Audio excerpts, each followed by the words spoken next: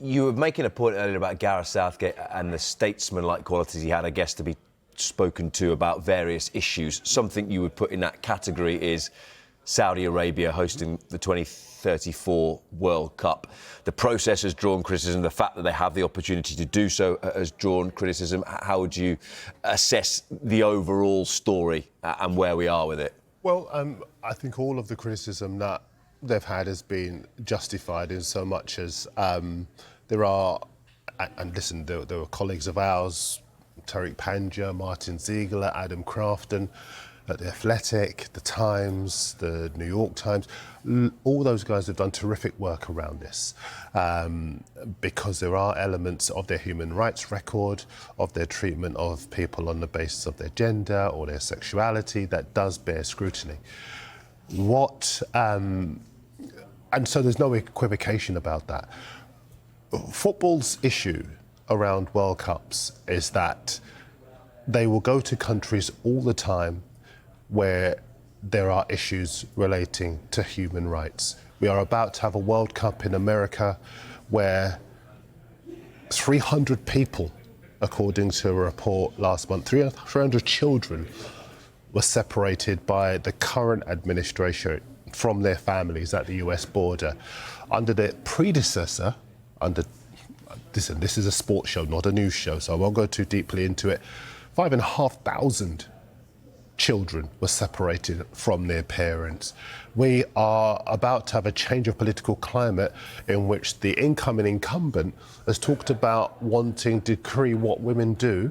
He said, I will protect women and their bodies whether they like it or not, quote unquote. We are about to have a World Cup in a country where, as a black man, I have reason to feel unsafe because around about 300,000 people lost their lives at the hands of police, and a disproportionate number of those people, 3.6 times as many, were black. And so we have real concerns about a World Cup wherever it has been around the world. There have been our colleagues on other stations who are of a Middle Eastern persuasion have been really angry about the portrayal of a potential World Cup in Saudi Arabia and say, hang on a minute, Western Europe has its problems, America has its problems. The only major tournament I've ever been to where fans have smashed up their own stadium, right here in England. And that's before we even get to the children and the families that are being kept in cages in migrant centres in Manston and in Heathrow.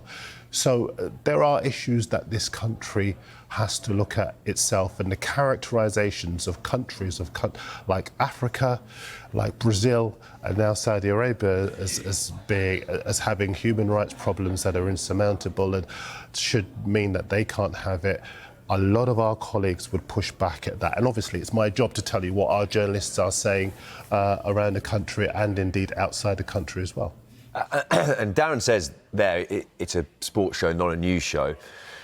But therefore, the wider point would be, well, how intertwined should those two things be, and how much of an influence or a sway should politics have in that? Or do we just say, well, Saudi Arabia want to bring up the cash to host the World Cup, let them knock themselves out? I mean, go for it. First thing I would say is that Saudi Arabia absolutely has a legitimate right to bid to host the World Cup.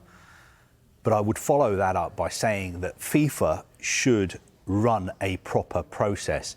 And the issue I have is with the process. Now, the World Cup should be in Asia every 20 years. The World Cup every 4 years should rotate around the confederations. So we had the World Cup in Asia in 2002, Japan, South Korea. 2022, we went back to Asia, Qatar. So the next World Cup in Asia should be in 2042.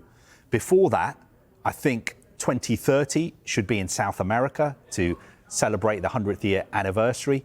2034 should be in Europe. 2038 should be in Africa, a proper World Cup based solely in Africa, not just a few games in Morocco in 2030. And 2042, it should be in Asia. And FIFA should say, federations from Asia and Oceania can bid to host that World Cup, run a proper process, and then have a vote. But that's not what we've had.